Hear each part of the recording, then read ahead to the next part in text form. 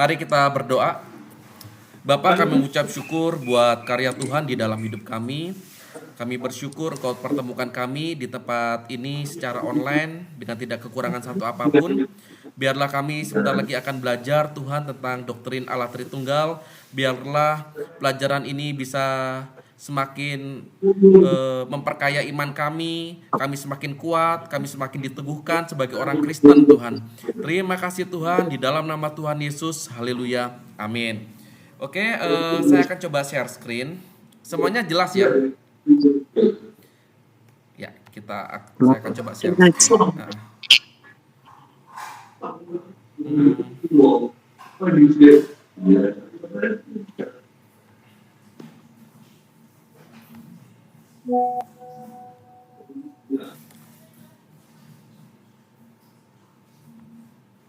Semuanya kedengaran suara saya? Dengar ya, oke. Hari ini kita akan belajar tentang konsep Allah Tritunggal. Apa sih Allah Tritunggal itu? Ya. Jadi di sini kita akan bagi beberapa ya. Jadi kita akan belajar konsep Tritunggal. Adanya keesaan dan kemajemukan di sini. Yang ketiga adalah perjalanan konsep Tritunggal. Dan yang keempat adalah ajaran-ajaran yang salah atau yang menentang Tritunggal. Terus pertanyaan-pertanyaan yang sering mempertanyakan tentang Tritunggal itu seperti apa. Kita akan sama-sama lihat di sini. Konsep Tritunggal itu apa sih? Saya kok nggak bisa ngeliat wajah ya. Nah, sorry ya, saya perkecil karena saya nggak bisa lihat teman-teman semua. Jadi gini, apa sih konsep Tritunggal itu? Tritunggal itu gini, kalau misalnya saya boleh tanya ya ke teman-teman semua, apa sih yang teman-teman ketahui tentang Tritunggal itu? Bisa nggak? Saya bisa dikasih inputan nggak? Mungkin Freddy atau misalnya Cesusan atau Ceros atau Tere, Kak Teri. Apa? Tritunggal itu apa? Allah Tritunggal adalah Allah Bapa, Putra, dan Roh Kudus. Oke, thank you C. Ada lagi yang punya pandangan lain? Cesusan? Enggak ya? Oke ya, sama ya. Jadi gini, Tritunggal itu apa sih? Tritunggal itu gini, satu hakikat dan tiga pribadi. Kita kan sering dengar ya, hakikatnya sama tapi pribadinya yang berbeda. Nah, kalau misalnya saya boleh sederhanakan, hakikat itu apa dan pribadi itu apa? Hakikat itu apa sih? Hakikat itu adalah sesuatu yang sama, istilahnya gitu. Kalau pribadi itu apa? Sesuatu yang berbeda. Ya. Jadi konsep Allah Tritunggal itu adalah memiliki satu yang sama, tetapi juga punya tiga perbedaan, tiga pribadi ini. Contoh, apa sih yang hakikat itu apa di dalam Bapa, Putra, dan Roh Kudus itu apa? Hakikatnya adalah mereka sama-sama ilahi, tetapi mereka juga punya pribadi. Tiga pribadi ini yang berbeda, yang membedakan antara Bapa, Putra, dan Roh Kudus. Tetapi mereka itu satu kesatuan yang disebut adalah keilahiannya, kemuliaannya. Tapi punya tiga pribadi yang berbeda. Kalau misalnya saya boleh, ini saya coba ini.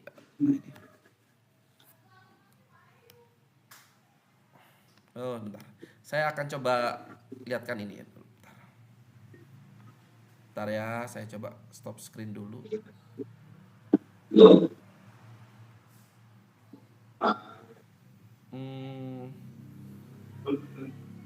Bentar, ini ada yang join juga.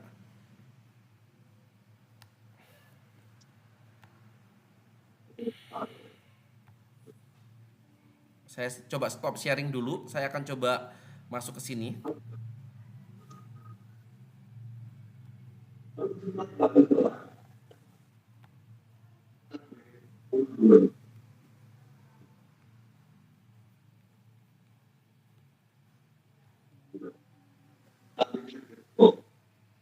Nah, kelihatan semuanya? Ups. Ya, mungkin seperti ini ya. Mungkin sore ini karena itu ya. Mirror ya. Jadi Bapak itu bukan anak. Anak itu bukan Roh Kudus itu bukan Bapak. Tetapi mereka semua adalah Allah. Nah, inilah yang disebut sebagai hakikat. Allah ini loh. Tapi pribadinya ada 3. Ada Bapa, ada Anak, dan ada Roh Kudus. Jadi ini tidak berbicara sebagai 3 Tuhan ya. Kita tetap percaya bahwa kekristenan itu adalah monoteisme. Kita hanya percaya pada satu Allah aja. Allah kita adalah Allah yang esa.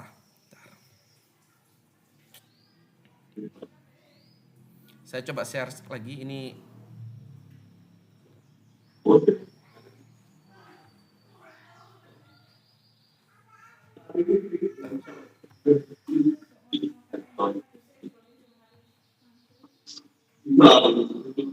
Sorry ya, karena ini mainnya sendiri.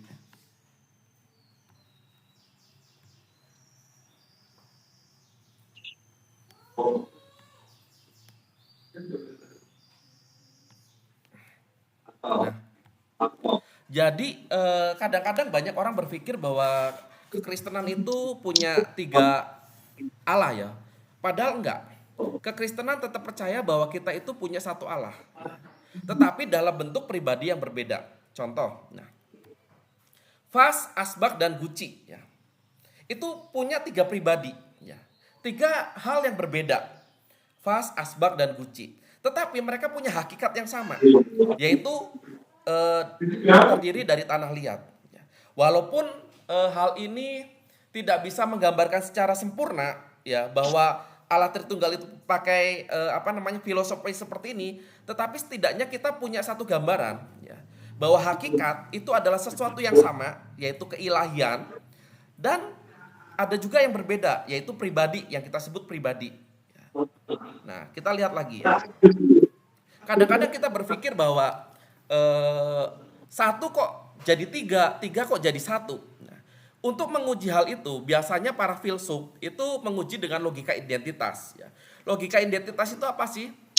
A, ya, itu tidak mungkin menjadi bukan A. A tidak mungkin menjadi A. Contoh, Roni tidak mungkin menjadi sesuatu atau seseorang yang bukan Roni. Itu adalah logika identitas.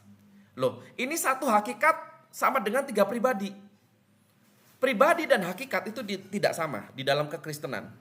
Hakikat itu adalah sesuatu yang sama, pribadi itu adalah sesuatu yang berbeda. Ini adalah logika identitas. Jadi hakikat dan pribadi itu berbeda. Jadi makanya loh, 1 kok jadi 3, 3 kok jadi 1. Iya, ya. Dalam satu waktu bisa jadi ya, di dalam satu waktu di Alkitab 3 pribadi ini muncul, ya, ketiganya muncul. Tetapi ya mungkin bisa jadi cuma 1 aja pada satu waktu, dan itu nggak masalah. Jadi yang harus kita pahami adalah hakikat itu adalah sesuatu yang sama, sedangkan pribadi itu adalah sesuatu yang berbeda, ya, yang membedakan. Nah, kita akan lihat lagi ya, kenapa sih doktrin ini kok sulit ya? Kelihatannya sulit dicerna, kok kelihatannya bertabrakan ya. Tapi nanti akan saya jawab ya. Hal ini Tritunggal ini tidak menabrak akal sehat ya, atau tidak menabrak logika ya. Tetapi ini adalah melampaui logika kita ya. Di Alkitab sendiri dijelaskan bahwa itu ada keesaan dan ada kemajemukan. Allah yang kita sembah di dalam Alkitab itu secara eksplisit itu ada yang namanya keesaan dan kemajemukan. Keesaannya di mana atau ketunggalannya di mana? Kalau misalnya kita lihat di Ulangan 6 ayat 4.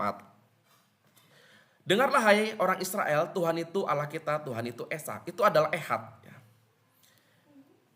Markus 12 ayat 29, jawab Yesus, hukum yang terutama ialah dengarlah hai orang Israel, Tuhan Allah kita, Tuhan itu esa.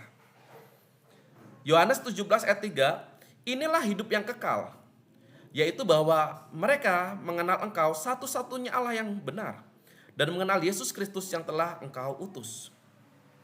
Kejadian 1 ayat 1 ini luar biasa. Kalau misalnya ada yang bawa Alkitab, coba tolong dibaca Kejadian 1 ayat 1.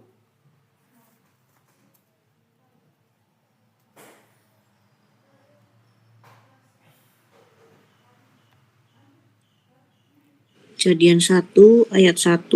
Allah menciptakan langit dan bumi serta isinya. Pada mulanya Allah menciptakan langit dan bumi. Oke. Kata mencipta di sini dalam bahasa Ibraninya itu adalah bara. Bara itu apa sih? Bara itu adalah kata kerja atau verb untuk satu orang, untuk singular. Bara. Cuman kalau misalnya kita lihat nanti Kejadian 1 ayat 1, nanti itu ada yang namanya Elohim ya. Di kemajemukan Allah ya, ayo kita lihat ya. Kejadian 1 ayat 1, Elohim ya. Gini, dalam bahasa Ibrani ngomong gini, Bereshit bara Elohim. Bara di sini itu artinya kata kerja yang singular. Sedangkan Elohim itu adalah mengacu pada Allah yang majemuk. Jadi di dalam Alkitab kita ini ya, di dalam Alkitab kita itu ada yang namanya keesaan Tuhan. Ini sebetulnya ada banyak keesaan Tuhan, tapi saya supaya untuk mempercepat ya, saya cuman kasih 4 aja. Ada juga kemajemukan ilahi di sini. Ya, kita nggak bisa ya udah daripada pusing-pusing kita ngomong bahwa Allah itu adalah Allah yang esa tanpa melihat kemajemukan, nggak bisa. Karena semuanya ada di dalam Alkitab. Jadi kita harus mengcover semuanya. Ada yang namanya keesaan Allah di situ, tapi juga dinyatakan di dalam Allah yang majemuk. Paham ya? Bingung. Coba kita lihat lagi ya, kemajemukan ilahi. Pengkhotbah 12 ayat 1. Ingatlah akan penciptamu pada masa mudamu sebelum tiba hari-hari yang malang dan mendekat, tahun-tahun yang kau katakan tak ada kesenangan bagiku di dalamnya. Kata ingatlah penciptamu ini sebetulnya juga sama. Ini juga jamak. Cuman di dalam bahasa Indonesia memang disebutkan bahwa ini Allah gitu. Tapi kalau misalnya kita belajar parsing itu adalah nuansa di dalam bahasa Ibrani atau bahasa Yunani. Sehingga kita itu tahu, ini tuh plural, apa ini tuh single itu kita bisa tahu. Ini tuh verb atau ini tuh noun, itu kita bisa tahu. Jadi percaya aja dulu ya, bahwa Pengkhotbah 12 ayat 1 itu ngomong gini, ingatlah akan penciptamu. Penciptamu di sini berbicara tentang sesuatu yang plural. Ya, bukan satu, plural. Ya. Kita lihat lagi, Matius 3 ayat 16 sampai 17. Sesudah dibaptis, Yesus segera keluar dari air dan pada waktu itu langit terbuka dan ia melihat Roh Allah seperti burung merpati turun ke atasnya. Lalu terdengarlah suara dari surga yang mengatakan, inilah anakku yang kukasihi, kepadanya lah aku berkenan. Di dalam satu waktu, Matius 3 ayat 16 sampai 17 menyatakan ketiga pribadi Allah ini dalam bentuk burung merpati ya, Roh Kudus, terus juga ada anak Tuhan Yesus sendiri dan juga ada Bapa yang ngomong, inilah anakku yang kukasihi. Dalam satu waktu, tiga pribadi ini muncul. Ya, kita lihat lagi, Matius 28 ayat 19, karena itu pergilah jadikanlah semua bangsa muridku dan baptislah mereka dalam nama anak, Bapa, Anak, dan Roh Kudus. Ini juga sama, disebutkan juga secara eksplisit. Ada tiga pribadi yang tertulis secara jelas di Kejadian 1 ayat 1 sampai 3. Ada Roh Allah melayang-layang, ada Allah yaitu Bapa sendiri, dan ada firman. Ini adalah tiga pribadi.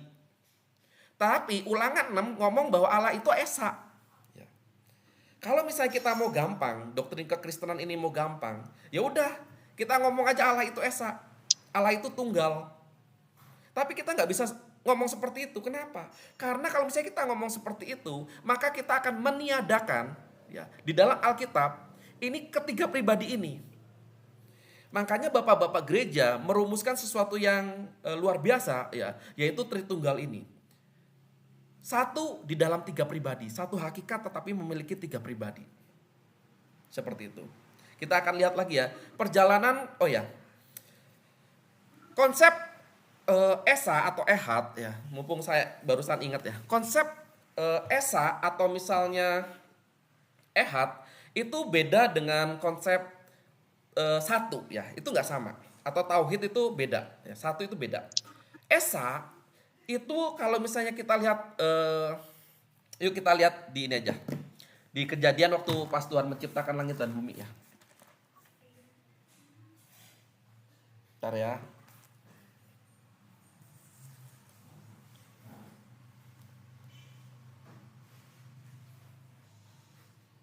Oke, Kejadian 8 ya. Kejadian 1 ayat 8 ngomong gini, ya secara intinya aja. Jadilah petang, jadilah malam. Jadilah petang, jadilah pagi. Ada petang, ada pagi. Tetapi disebutkan itu adalah ehad. Ehad itu adalah satu hari ya. Ehad itu adalah satu kesatuan, bukan tunggal. Ya, jadi konsep ehad ini bukan satu ya, tetapi satu kesatuan. Ada petang, ada pagi, dan itu adalah satu ehad. Jadi yang harus kita ketahui adalah esa itu adalah bukan satu ya, tapi tunggal. Ya. Indonesia luar biasa ya, ketuhanan yang Maha Esa. Jadi konsepnya sudah bagus sebetulnya ya. Yuk kita lihat lagi perjalanan konsep Tritunggal di sini. Sorry. Sebentar. Kelihatan ya tulisan saya ya? Oke ya. Perjalanan konsep Tritunggal itu dari mana sih? Gini, awal kemunculannya itu adalah dari Tertullianus ya, di abad kedua ya. Sekitar tahun 160 sampai 220 Masehi ya. Seorang teolog Latin dari Kartago, Afrika ini adalah tokoh yang menggunakan istilah Trinitas ini. Kenapa ia sampai memunculkan istilah Trinitas ini? Karena tujuannya adalah untuk mengcover yang namanya pengajaran modalisme. Modalisme itu apa sih? Satu Allah tapi beda fungsi. Pernah nggak kita di dalam kekristenan sendiri yang mengatakan gini, bahwa Allah itu, Bapa itu bekerja di perjanjian lama ya. Terus abis gitu Yesus itu bekerja di perjanjian baru. Abis itu ini adalah zamannya Roh Kudus. Nah, itu adalah modalisme. Itu adalah sesuatu yang ditentang oleh bapak-bapak gereja kita. Jadi modalisme itu satu Allah tetapi tiga berbeda fungsi. Ini mungkin sesuatu analogi yang kurang pas ya kalau misalnya digunakan untuk menjawab Allah Tritunggal ya. Pernah nggak jawab gini, Allah Tritunggal itu apa sih? Ya kita sebagai bapak misalnya. Saya di rumah sebagai bapak, di kantor saya sebagai pekerja, di sekolah saya sebagai guru. Satu pribadi tetapi punya tiga fungsi. Itu adalah konsep modalisme. Kita nggak percaya itu. Kita percaya gini, satu Allah tetapi punya tiga pribadi. Dan semuanya itu bekerja bersama-sama. Mau di perjanjian lama, mau di perjanjian baru, itu Allah ini bekerja bersama-sama secara sinergi untuk menyatakan tujuannya. Jadi bukan satu Allah ya. Kalau misalnya satu Allah ya, atau tiga fungsi, kita nggak akan bisa menjawab tentang itu tadi ya. Yesus ketika dibaptis ada turun burung merpati kan nggak bisa, kan satu. Sedangkan di situ disebutkan ada tiga, betul ya. Ada Allah Bapa, ada Allah Roh Kudus, ada Tuhan Yesus sendiri. Kalau misalnya modalisme ini satu Allah tetapi beda fungsi, ya cerita itu akan bias. Kita nggak akan bisa menjelaskan dengan baik kenapa pada waktu Tuhan Yesus dibaptis ada muncul ketiga pribadi ini. Itu adalah modalisme. Jadi Tertullianus pada saat itu ya di tahun 160 sampai 220 itu melawan yang namanya modalisme. Pendirinya siapa modalisme ini? Praxeas ya. Praxeas. Nanti kalau misalnya mau baca-baca juga saya juga ada bukunya ya. Against Praxeas ya. Yang kedua, setelah pada abad ke-160 ya, adalah suatu tantangan ya bagi gereja pada saat itu ya. Ada yang namanya ajaran Arianisme. Arianisme ini berbeda dengan modalisme ya. Arianisme ngomong gini, bahwa Yesus itu diciptakan, dia tidak setara dengan Allah. Itu adalah konsepnya Arianisme. Untuk mengcounter ya pihak bapak-bapak gereja untuk mengcounter Arianisme ini, diadakanlah suatu konsili, namanya adalah Konsili Nisea ya, pada tahun 325. Isinya apa? Isinya itu bahwa Yesus itu adalah setara dengan Bapa. Konsili Nisea itu. Ya. Arianisme ini nyatakan gini, Yesus itu diciptakan dan tidak setara dengan Allah. Kalau misalnya saya paling gampang ngomong gini, kalau Arianisme itu apa sih? Tahu ya kalau misalnya kita main apa ya? Itu loh apa? Kartu remi yang didorong-dorong itu, yang diberdirikan habis gitu didorong. Nah, Yesus itu adalah kartu remi yang diberdirikan. Ciptaan yang paling unggul, ciptaan yang paling pertama, setelah itu diciptakan yang lain. itu adalah ajaran dari Arianisme. Nah, bapak-bapak gereja ya mengadakan satu konsili pertemuan ya, itu namanya konsili Nisea di sini untuk mengcounter hal itu, dan ya diresmikanlah nama Tritunggal ini. Memang ya, Tritunggal ini secara eksplisit tidak disebutkan di dalam Alkitab. Ya, tidak disebutkan ya. Dari perjanjian lama sampai perjanjian baru ya, Tritunggal itu nggak ada, kata-kata Tritunggal itu nggak ada. Memang nggak ada, tetapi konsepnya ada. Paham ya? Saya pernah ya, ini suatu pengalaman yang lucu juga bagi saya. Suatu ketika kan dosen saya ini ngajar tentang Tritunggal. Saya ngomong gini, orang Kristen harus percaya Tritunggal. Ya. Kenapa? Karena itu adalah jantungnya kekristenan. Ya. Kita nggak bisa jadi orang Kristen tanpa percaya Tritunggal. Ya. Dan saya amini. Saya tanya dong gini, Pak, Tritunggal itu kan adanya di abad keempat, abad ketiga, 325 Masehi. Bagaimana ya orang-orang dulu, bapak-bapak gereja kekristenan awal, mereka yang nggak tahu konsep Tritunggal ini, apakah mereka keluar dari kekristenan? Dan akhirnya gini, dan saya dosen saya mungkin kurang bisa menjelaskan dengan baik ya. Akhirnya saya dicuekin ya. Saya nggak pernah ditanya lagi, saya nggak pernah apa, datang juga ya boleh, enggak juga nggak apa-apa gitu lah. Padahal muridnya kan cuma sedikit ya. Jadi gini, kadang-kadang kita bertanya sesuatu yang kritis itu bukan untuk mencobai, tetapi kita memang betul-betul nggak tahu gitu. Nah, akhirnya saya dicuekin ya. Saya ya pokoknya nyerahin tugas boleh, enggak juga boleh. Terus datang juga boleh, enggak juga boleh ya. Saya bukan untuk mencoba, tapi saya benar-benar pengen tahu. Ya. Harusnya jawabannya gini ya. Karena kadang-kadang kita ditanya lo, Tritunggal lo nggak di Alkitab, kenapa kamu percaya? Gitu ya. Pernah ya kita ngomong gitu ya.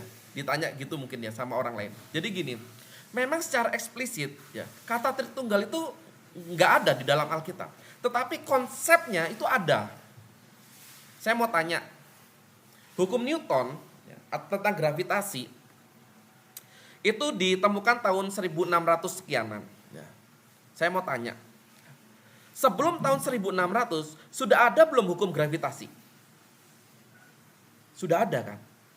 Sudah ada. Tetapi Newton menemukannya pada tahun 1600. Tetapi sebelumnya itu sudah ada hukum gravitasi, cuma tidak dibakukan. Begitu juga sama dengan alat Tritunggal ini. Dibakukannya pada Konsili Nisea 325, tetapi konsepnya di dalam Alkitab itu sudah ada. Manusia ini hanya bisa menemukan. Hukum Newton ditemukan oleh Newton, hukum gravitasi ditemukan oleh Newton. Tapi kan kita itu bukan pencipta, kita hanya menemukan. Supaya gampang dikasih judul, ini adalah hukum gravitasi. Supaya apa? Supaya mewakili sebuah konsep. Tapi konsepnya sendiri kan ada. Kalaupun kita nggak percaya, nggak usah, aku nggak mau konsep Tritunggal, namanya nggak mau Tritunggal ya nggak apa-apa. Yang penting kita mengakui bahwa ini adalah satu hakikat dengan 3 pribadi. Itu nggak masalah. Jadi walaupun tidak ada, tetapi konsepnya itu ada. Yang penting itu kan konsepnya. Mau namanya diganti menjadi Trinity, Tritunggal, 3 dalam 1, nggak masalah. Itu hanya sebuah penamaan aja. Tetapi yang harus kita yakini adalah nama ini harus mewakili satu hakikat 3 pribadi ini. Jadi manusia ini hanya bisa menemukan. Banyak hukum-hukum yang sudah ada ya. Hukum kinetik, hukum gravitasi, hukum potensial itu sudah banyak. Dari ketika dunia ini sudah dibentuk, hanya baru ditemukan hukumnya. Dibukukan, dibakukan. Nah, Tritunggal itu juga sama ya. Ini konsepnya secara alkitabiah itu sudah ada. Ya. Dari pertama kali Alkitab ini ditemukan sudah ada. Ya, bapak-bapak gereja sudah menemukan, tetapi baru dirumuskan 325 ya, di Konsili Nisea. Ada satu lagi yang menarik ya, setelah Konsili Nisea ya, itu ada Konsili Konstantinopel ya.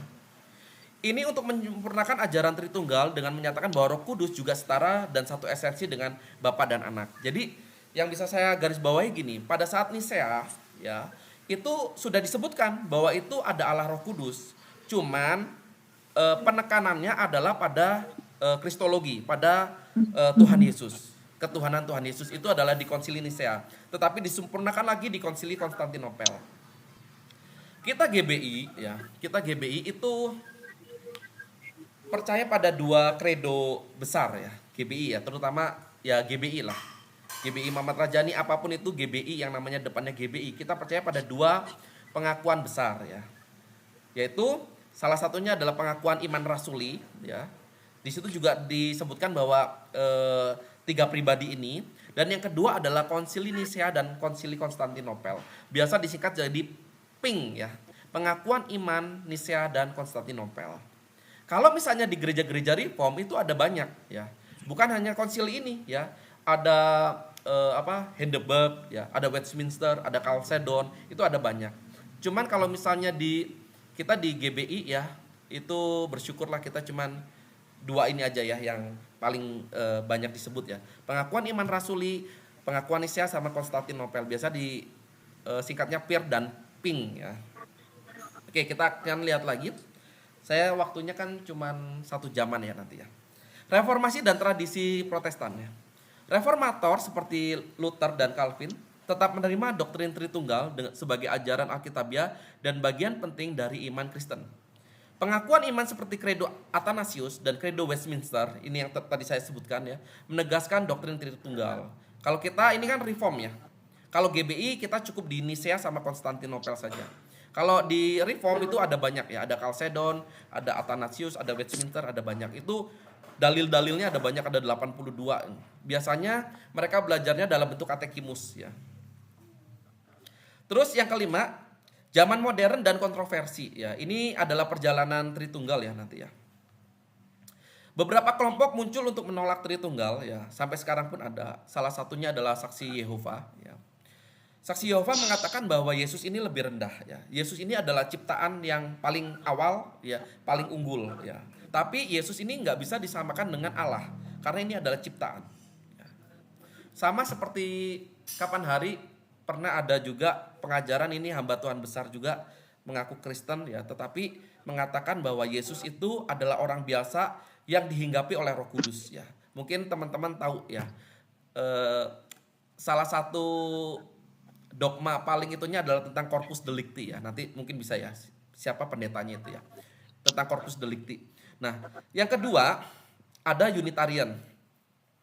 Sama, Yesus itu adalah ciptaan yang istimewa juga ya. Ini menolak untuk menyetarakan Yesus sebagai Allah ya. Mormon itu menyatakan bahwa Allah ini 3 pribadi ya, tetapi dengan satu tujuan ya. Kalau kita kan beda. Satu Allah 3 pribadi. Kalau mereka Mormon mengatakan 3 pribadi tetapi punya satu tujuan ya. Ini berbeda. Kalau misalnya 3 pribadi maka dia adalah triteisme atau 3 Allah ya, bukan Tritunggal. Yang terakhir, ajaran-ajaran yang salah tentang Tritunggal di sini ada modalisme atau Sabellianisme ya. Abad ketiga, ini tokohnya adalah Praxeas sama Sabellius ya. Ini adalah yang ditentang oleh Tertullianus ya. Ajarannya Yesus bukan Allah sejati melainkan makhluk pertama yang diciptakan. Kalau misalnya bahasa mereka itu adalah archangel ya. Jadi ciptaan yang istimewa ya, malaikat yang istimewa, malaikat yang pertama kali. Nah itu adalah tokohnya Praxeas sama Sabellius ya. Ini ditentang oleh Tertullianus ya pada abad kedua tahun 160 tadi itu ya. Yang kedua adalah Arianisme di sini. Tokohnya adalah Arius ya, ini dari Alexandria ya. Ajarannya Yesus bukan Allah sejati melainkan makhluk pertama yang diciptakan. Hampir sama juga ya dengan Sabellianisme ya, modalisme ya. Saksi-saksi Yehova pendirinya adalah Charles Russell ya. Hanya Bapak saja. Yang lainnya itu adalah tenaganya saja, rohnya saja, kuasanya saja ya. Bahwa Bapak atau Yehova itu adalah Allah yang sejati ya. Kita percaya bahwa Bapa itu Allah yang sejati, juga Roh Kudus adalah Allah yang sejati, juga Yesus itu Allah yang sejati. Ya. Jadi kita nggak bisa ngomong bahwa pada perjanjian lama ya, saya sering sekali mendengar gini, perjanjian lama itu Allah bekerja sebagai Bapa, habis gitu berubah wujud menjadi Tuhan Yesus, habis itu naik ke surga, berubah wujud menjadi Roh Kudus. Itu bukan konsep Tritunggal, saya ngomong terus terang ya. Itu adalah konsep modalisme atau Sabellians. Satu pribadi tetapi punya 3 fungsi ya. Jadi itu adalah beda ya. Pertanyaan-pertanyaan yang sering masuk di dalam kekristenan kita ya. Memang ini agak susah ya, Tritunggal, tapi saya coba menyederhanakan sesederhana mungkin. Nanti mungkin bisa kita elaborasi dengan pertanyaan-pertanyaan yang masuk ya. Semoga saya bisa jawabnya. Pertanyaan-pertanyaan yang sering ada itu gini. Bapa, Anak, Roh Kudus satu pribadi tapi banyak fungsi. Itu salah. Yang kita percaya adalah Bapa, Anak, Roh Kudus ini adalah satu hakikat yang sama di dalam keilahian, ya. Tetapi punya 3 pribadi yang berbeda. Ingat, pribadi yang berbeda itu apa sih? Yang berbeda ya. Pribadi itu yang berbeda, tetapi hakikat itu adalah yang sama. Ya. Di dalam satu waktu ketika Yesus dibaptis, muncul 3 pribadi ini, Bapa, Anak, dan Roh Kudus. Ya. Kadang-kadang yang ini ya, doktrin Tritunggal tidak logis ya. Ini pertanyaan yang kedua, doktrin Tritunggal tidak logis. Doktrin Tritunggal saya mau ngomong bahwa ini adalah sesuatu yang logis ya. Kenapa? Gini. 1 kok jadi 3, 3 kok jadi 1? Pertanyaannya, 1-nya itu apa, 3-nya itu apa? 1-nya itu adalah hakikat, 3-nya itu adalah pribadi. Jadi hakikat dan pribadi ini adalah sesuatu yang berbeda. Jadi tidak masuk akal, ya. Semuanya masuk akal. Contoh, ya. Saya Roni ya punya istri 1. Tapi dalam satu waktu ya, saya Roni punya istri lebih dari 1. Masuk akal nggak? Itu nggak masuk akal. Kenapa? Karena saling bertabrakan. Atau gini, Roni punya istri 1, tetapi sekaligus punya 3 pasangan hidup. Itu namanya tidak logis. Kenapa? Istri dan pasangan hidup itu sama. Betul ya? Tapi Roni punya istri 1 tetapi punya 3 anak. Istri dan anak itu berbeda. Dan itu tidak menabrak logika. Ini sudah pusing ya. Terry kayaknya udah pusing nih. Doktrin Tritunggal itu logis. Kenapa? Pengajar. 1-nya itu adalah hakikat, yang 3 itu adalah pribadi. Kalau saya ngomong 1 hakikat dan 3 hakikat, maka itu tidak logis. Tapi karena ini adalah 1 yang sama tetapi punya 3 yang berbeda, maka itu logis dan masuk akal. Kadang-kadang nanti kita tanya ya, mengapa konsep ini sulit ya?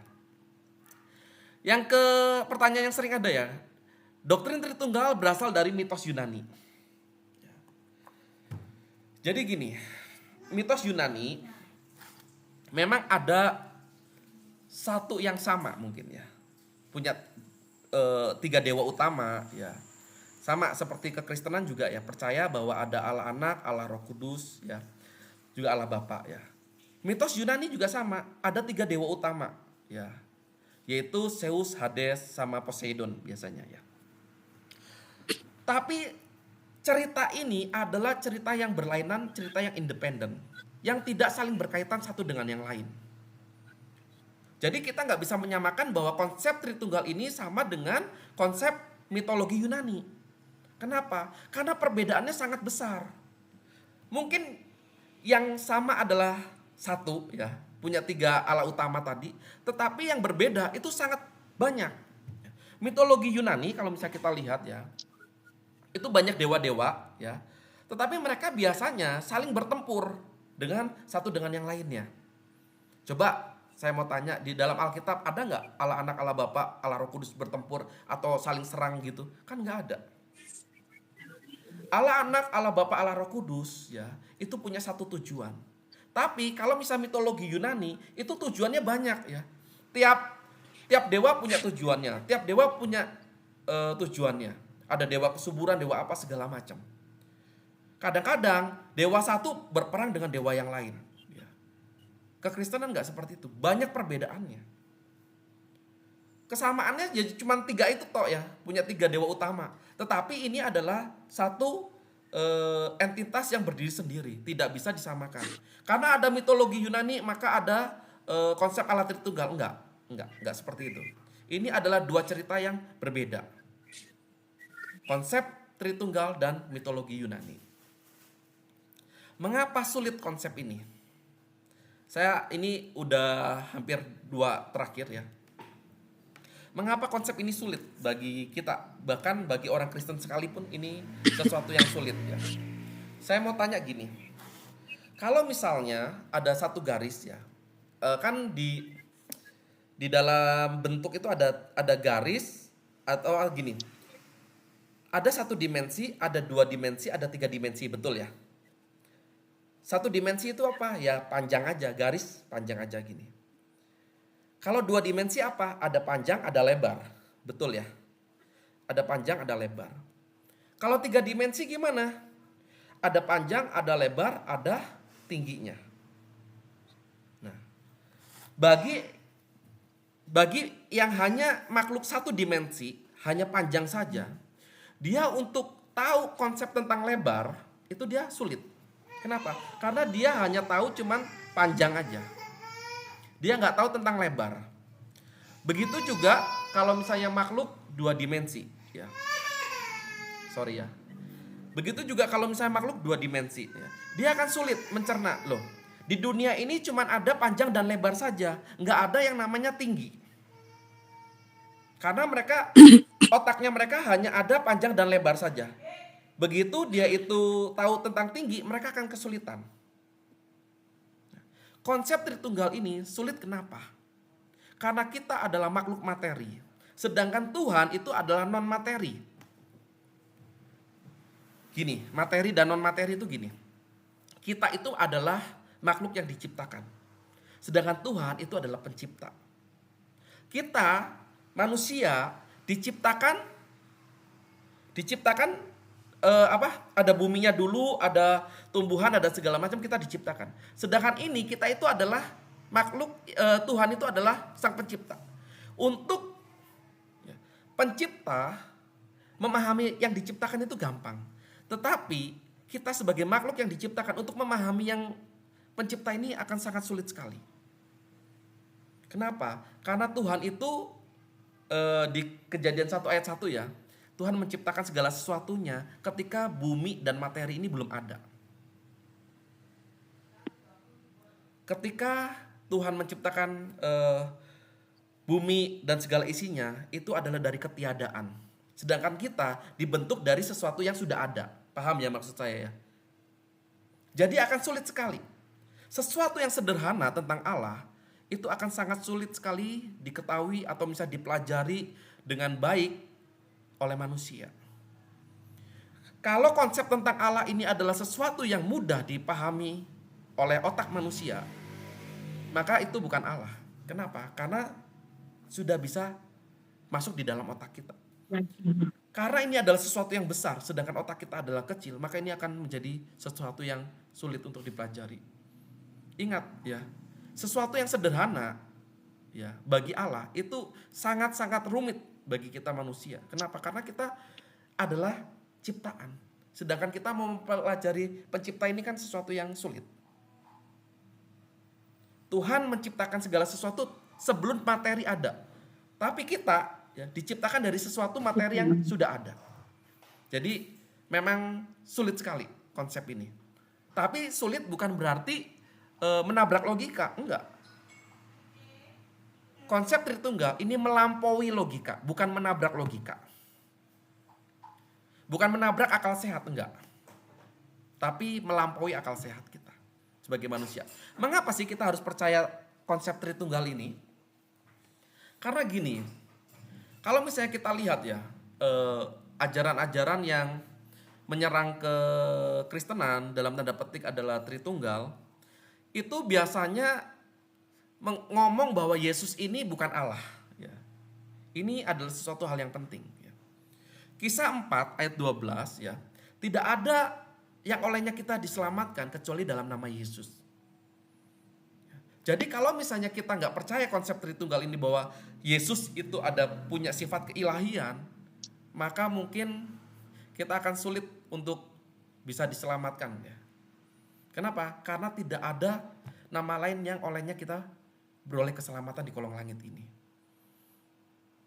Jadi memang seperti ini konsep Tritunggal ya. Mungkin kita nanti bisa saling tanya aja ya supaya kita bisa mungkin saling ngerti ya. Silakan kalau misalnya ada yang mau ditanyakan. Ini presentasi saya sudah selesai di sini. Ini saya sarikan ya pelajaran 4 SKS saya. Jadi kurang lebih sekitar 45 menit atau 1 jam. Tapi seenggaknya kita punya dasar pemahaman tentang Tritunggal yang benar-benar sama ya. Sehingga kita ketika sharing atau segala macam kita betul.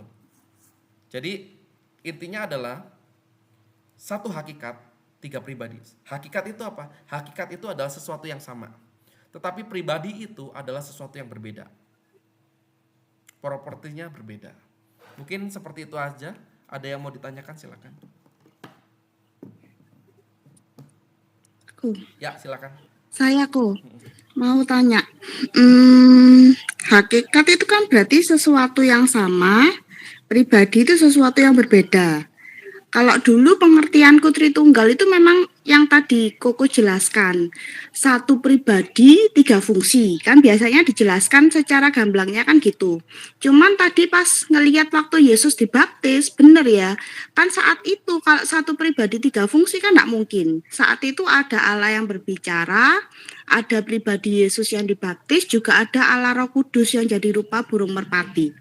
Berarti kalau kita jelaskan maksudnya ke orang tentang Allah Tritunggal, kalau dulu kan pemahamanku kayak Tommy itu anaknya Mama Bear, suaminya Tere, dan papanya Tiara. Tapi itu kan bukan kan, karena itu kan termasuk dalam konsep satu pribadi 3 fungsi. Sabialisme atau Iya, modalisme. berarti kalau pengertian yang benar kita itu menyembah kepada 3 pribadi Allah, tetapi Esa gitu, Ya, benar betul, ya? Betul. Jadi konsep Esa ini memang berbeda dengan konsep tauhid ya dari saudara-saudara kita. Kalau konsep tauhid itu satu ya satu ya. Kalau Esa di dalam kekristenan ya, nanti kita sama-sama belajar ya. Esa di dalam kekristenan itu adalah ehad. Ehad itu satu kesatuan, bukan satu tunggal. Sebentar, ini ada masuk. Jadi yang namanya ehad atau esa ya, itu ketika Tuhan ngomong gini nih, jadilah petang, jadilah pagi. Itu adalah ehad di dalam bahasa Ibrani. Padahal ada 2 ya. Padahal ada di dalam 2. Ketika Tuhan ngomong gini, suami akan bersatu dengan istrinya. Lihat, ada 2 pribadi, ada suami, ada istri. Tetapi mereka akan bersatu. Bersatu di sini adalah ehad. Ehad ini bukan satu tunggal, tetapi satu kesatuan. Itu adalah konsep ehad di dalam Alkitab. Beda dengan konsep tauhid. Tauhid itu ya satu. Kalau misalnya ada 3 ya bukan tauhid. Kita nggak percaya tauhid, kita percayanya esa, ehad di sini. Ehad, misal, apa lagi ya? Papan ya, ada papan, ada 1 papan, ada 2 papan, ada 3 papan. Itu kalau misalnya disatukan, itu adalah namanya ehad, satu. Jadi konsep ehad ini bukan satu nyel, tetapi adalah satu kesatuan yang disatukan. Itu adalah namanya ehad. Itu adalah namanya hakikat. Hakikat Allah di sini. Jadi satu. Berarti kalau kita berdoa ya, kan berdoa dalam nama Tuhan Yesus. Kita berdoa kepada Bapa juga di dalam Roh. Berarti kan kita berdoa kepada satu kesatuan Allah kan. Cuman kenapa kita disuruh berdoa di dalam nama Tuhan Yesus? Oke, thank you. Kalau misalnya kita lihat ya, berdoa di dalam nama Tuhan Yesus ini juga sebetulnya kalau misalnya kita lihat di Ibrani ya, bahwa Tuhan Yesus itu adalah pengantar imam besar kita sebetulnya, yang selalu berdoa bagi kita. Jadi sebetulnya nggak masalah sih kalau misalnya kita berdoa di dalam nama Tuhan Yesus, itu juga betul. Kenapa? Karena Tuhan Yesus ini adalah pengantar imam besar kita. Zaman dulu Israel ya, kalau misalnya mereka mau berdoa, mereka butuh yang namanya imam besar. Nah, konsep ini ya, kalau misalnya kita lihat di Ibrani itu juga sama. Yesus itu sebagai imam besar kita. Kita kalau misalnya berdoa di dalam nama Tuhan Yesus, it's okay, nggak apa-apa. Tapi ada satu lagu yang salah sebetulnya. Pernah nggak dengar lagu Kristen ini? Yesus, Yesus, Engkaulah Bapakku. Pernah dengar? Itu lagunya gimana ya pertamanya ya? Iya, iya. Ya, pernah ya dengar ya. Nah, itu kalau misalnya di dalam kita mau teliti, itu sebetulnya juga kurang tepat. Yesus, Yesus, Engkaulah Bapakku. Yesus, Engkaulah Bapakku. Berarti dua pribadi ini di dalam satu pribadi dong. Bapa dan Yesus. Betul ya? Tapi mungkin mungkin lebih tepat bahwa Yesus adalah sebagai sahabat kita, tapi Yesus bukan sebagai Bapak kita, karena ini adalah tiga pribadi. Seperti itu sih. Tapi kalau misalnya tadi Tere ngomong kita berdoa dalam nama Tuhan Yesus, betul juga, bisa juga, karena Yesus adalah pengantar imam besar kita. Di Ibrani kan ngomong gitu. Jadi kalau boleh tanya lagi satu lagi ya. Kan kapan hari itu kan ada pegawai yang tanya ya, loh C, kalau Yesus kan dilahirkan, berarti kan Yesus. Pada saat sudah mati baru disebut Tuhan Yesus. Ya, oke. Jadi gini, ini pertanyaan yang sering sekali ya saya jawab di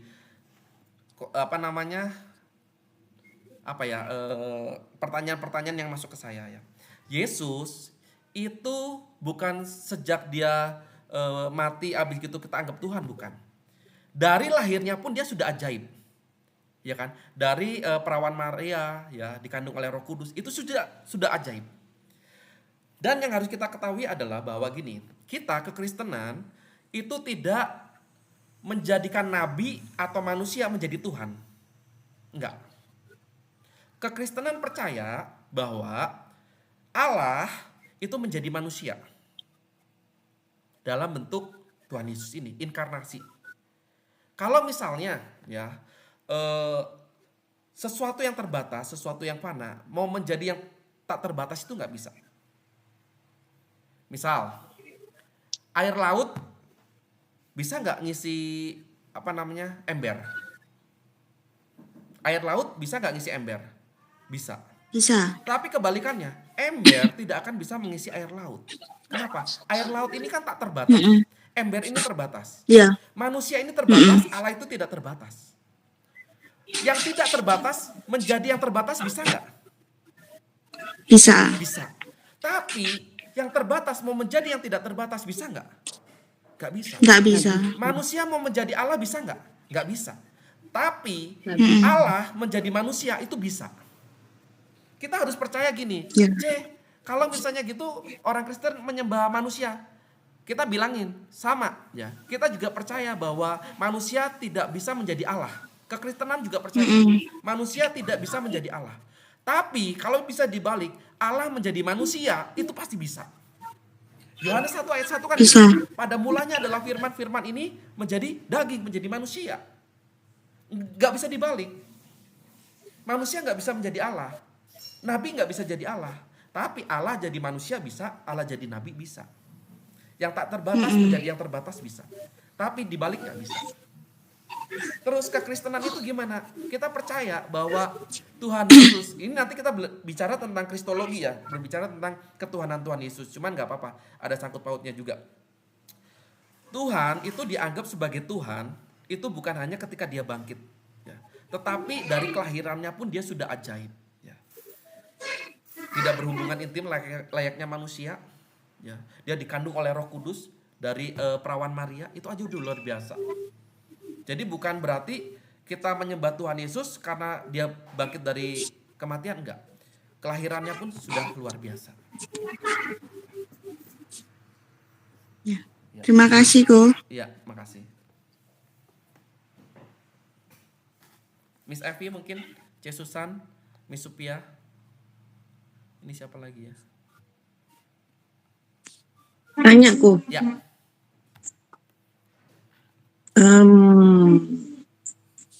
Misalnya ya, kalau kita ada pertanyaan dari anak-anak gitu.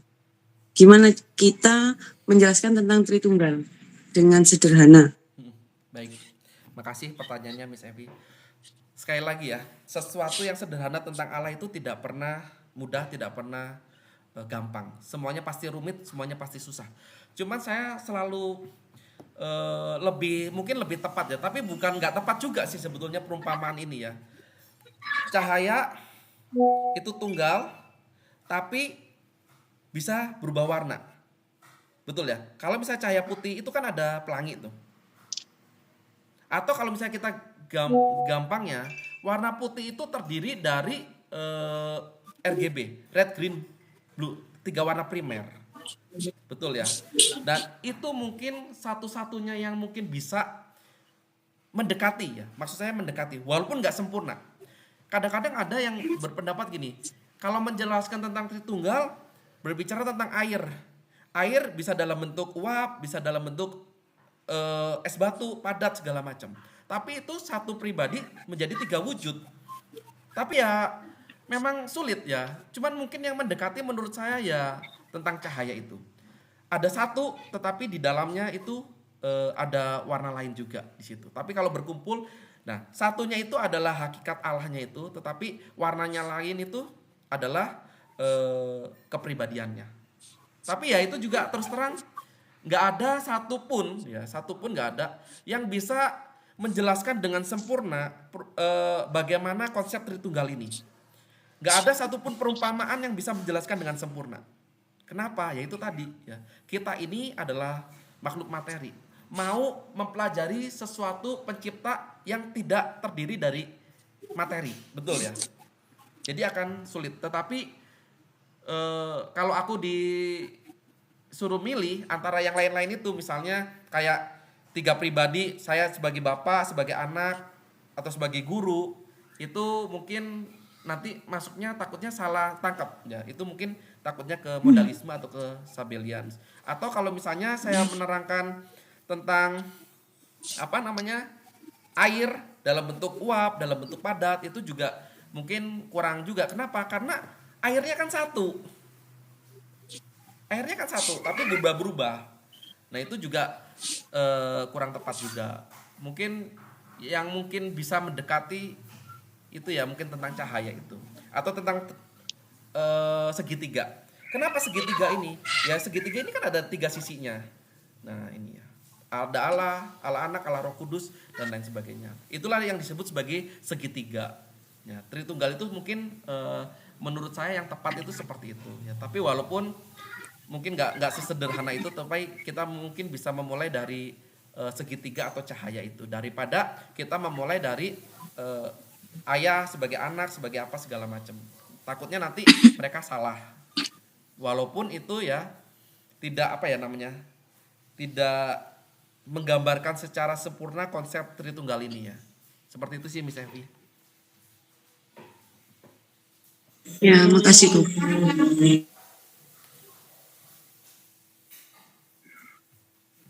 Tanya lagi boleh ya aku? Ya.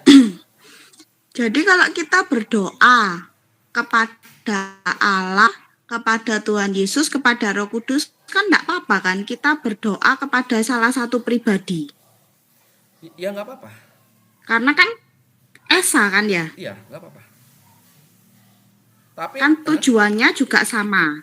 nggak apa-apa. Satu hakikat, 3 pribadi, tujuannya juga sama. Nggak apa-apa. Kalau kadang-kadang kan gimana ya? Kita Allah Roh Kudus penuhi kami, ya. Jadi kita meminta kepada Roh Kudus, meminta kepada Allah Bapa, itu juga nggak apa-apa. Cuman kadang-kadang ya di dalam satu tujuan itu ada sesuatu yang lebih berperan, pribadi yang lebih menonjol dibandingkan pribadi yang lain. Misalnya di dalam penciptaan itu Bapak yang lebih menonjol, tetapi tiga-tiganya bekerja sama. Misalnya kalau misalnya kita berdoa ya nggak apa-apa. Kalau misalnya kita mau berdoa kepada Roh Kudus, kepada Allah Bapa, ya nggak apa-apa. Tapi kalau misalnya kita berbicara tentang imam besar di Ibrani ya, yang menjadi pengantara kita itu memang Tuhan Yesus Kristus. Jadi kita kalau bisa berdoa dalam nama Tuhan Yesus atau apa ya, it's okay, nggak apa-apa.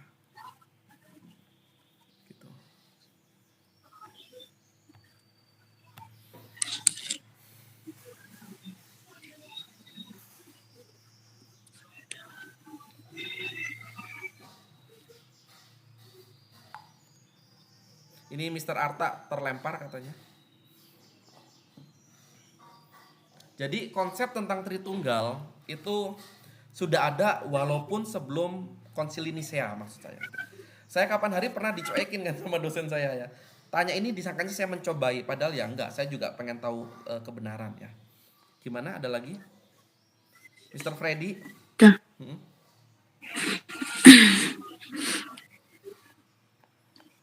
C. Susan? Ceros?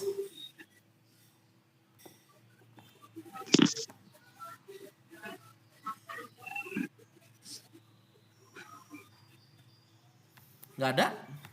Sudah jelas semua? Atau sudah bingung? Bingung. Ayo Miss Supriya. Bingung. Gak apa-apa. Memang Udah bingung mumet ya. tuh. Memang bingung ya. Cuman ya itu ya, sesuatu yang sederhana tentang Allah bagi kita itu akan sangat-sangat rumit sekali ya bagi manusia. Kenapa? Karena kita tidak di dalam same point dengan Tuhan ya. Kita adalah makhluk materi, sedangkan Tuhan itu kan yang menciptakan materi, betul ya. Ketika belum ada bumi, ketika belum ada apa-apa, Tuhan yang sudah menciptakan. Kita kalau mau mempelajari sesuatu yang sederhana tentang pencipta kita ya susah kita. Cuman konsepnya seperti ini. Ya. Kita percaya bukan 3 Allah ya, tetapi satu Allah, tetap esa, tapi dalam 3 pribadi. 3 pribadi ini punya satu tujuan ya. Kadang-kadang di dalam tujuannya ini ya ada satu yang menonjol. Misalnya di dalam keselamatan ya. Bapa itu sebagai inisiator keselamatan. Yang menjadi juru selamatnya siapa? Tuhan Yesus Kristus. Yang menjaga keselamatan kita siapa? Roh Kudus. Jadi satu tujuan tetapi punya ya saya ngomong nggak 3 peran ya, tetapi dalam satu tujuan ini ada peran-peran yang menonjol di dalam pribadi ini. Seperti itu sih. Kalau misalnya mitologi Yunani kan enggak, satu dewa punya tujuannya sendiri-sendiri. Saya dewa kesuburan, saya dewa apa. Ya. Kadang-kadang saling berperang. Ya. Sedangkan kekristenan enggak seperti itu. Ya. Allah yang kita sembah walaupun 3 pribadi ini tetap juga semuanya harmonis, semuanya juga untuk untuk bekerja untuk keselamatan manusia. Mungkin seperti itu yang bisa saya sampaikan.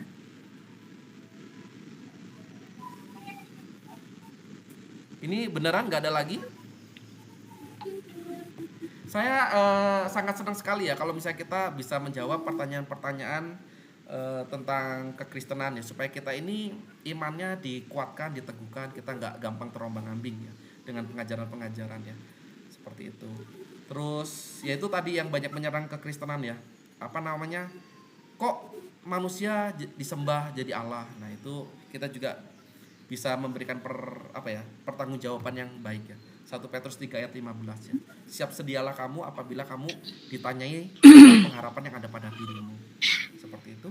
Kalau nggak ada kita akan akhiri mungkin bukan minggu depan ya.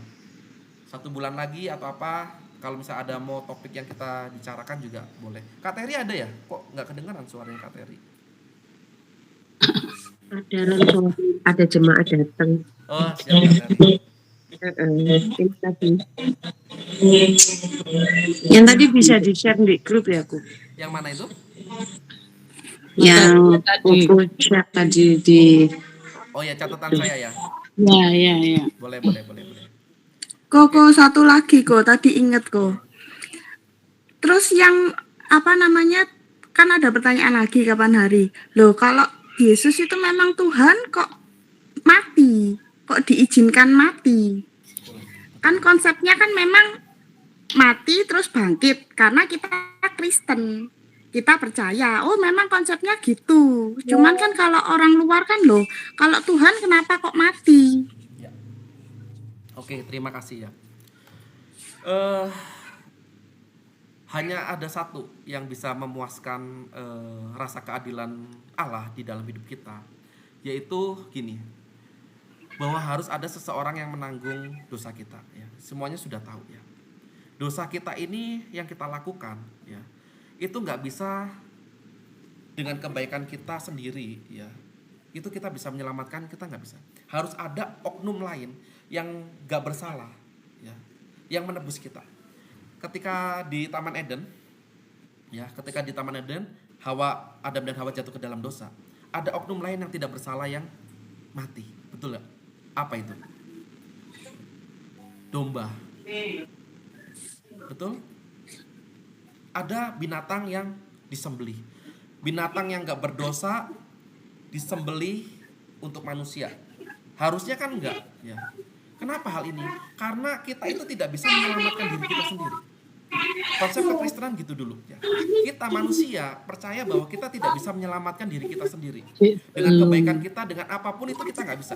Harus ada oknum lain, ya, yang tidak berdosa, yang tidak bersalah, itu ditanggungkan dosanya, dosa kita kepada dia, yaitu pada Yesus Kristus. Sebetulnya, ya, yang namanya Allah itu nggak bisa mati. Yesus itu sebagai Allah. Nanti kita belajar sama-sama ya. Kalau misalnya mau belajar tentang kristologi, kenapa Yesus itu Allah bukan sih? Di Alkitab nggak ada tertera bahwa Yesus adalah Allah. Kenapa harus disembah? Kan gitu banyak. Ya. Yesus nggak pernah ngomong sembahlah aku, ya, maka bla bla bla, atau aku adalah Allah maka bla bla bla. Kan nggak ada. Ya. Cuman nanti kita akan belajar tentang kristologi. Cuman saya akan jawab ya. Kenapa harus ada yang mati? Karena manusia tidak bisa menyelamatkan dirinya sendiri. Tuhan Yesus, ya, itu sebetulnya tidak bisa mati. Gak bisa mati karena dia punya keilahian. Ilahi itu namanya gak bisa mati. Tetapi kalau misalnya kita lihat di dalam Alkitab, dia menyerahkan nyawanya. Dia gak bisa mati. Walaupun dibacok, walaupun gimana, walaupun disalib segala macam, gak bisa mati. Namanya Allah. Tetapi firman Tuhan jelas ngomong bahwa dia menyerahkan nyawanya.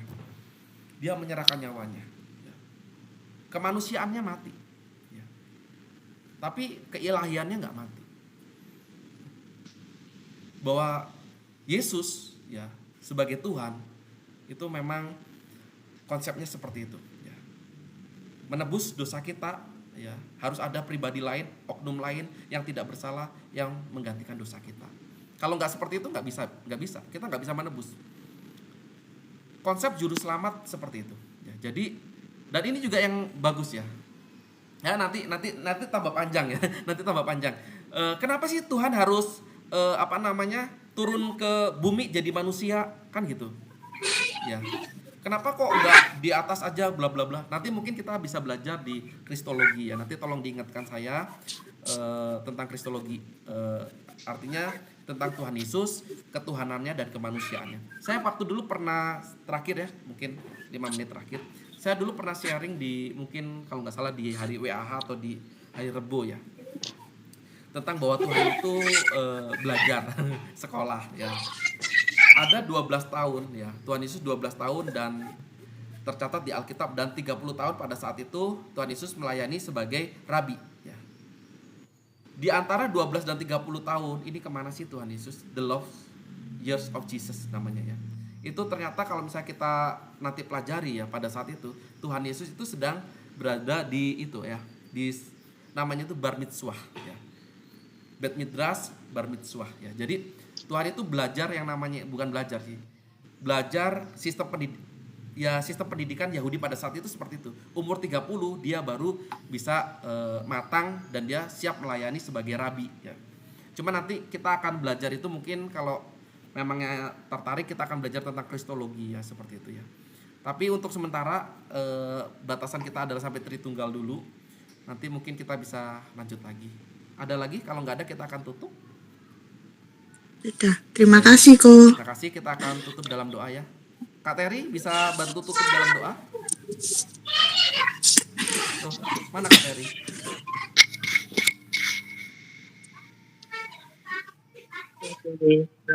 Ya Kak Teri bisa bantu tutup dalam doa Kak Teri.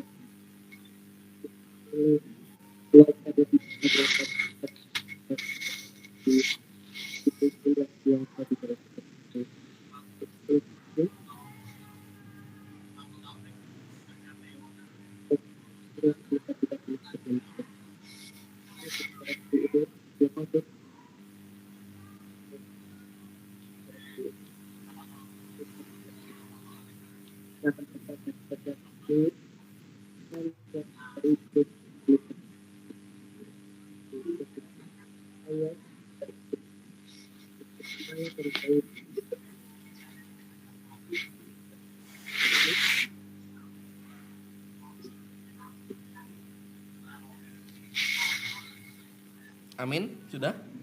Sorry, suaranya nggak kedengeran Kak Teri. Sudah ya. Baik, terima kasih teman-teman sel leader semuanya. Untuk hari ini kita cukup ya. Nanti mungkin kalau misalnya ada pertanyaan-pertanyaan atau misalnya ada apa, bisa share di sel grup ya. Terima kasih, Tuhan Yesus memberkati.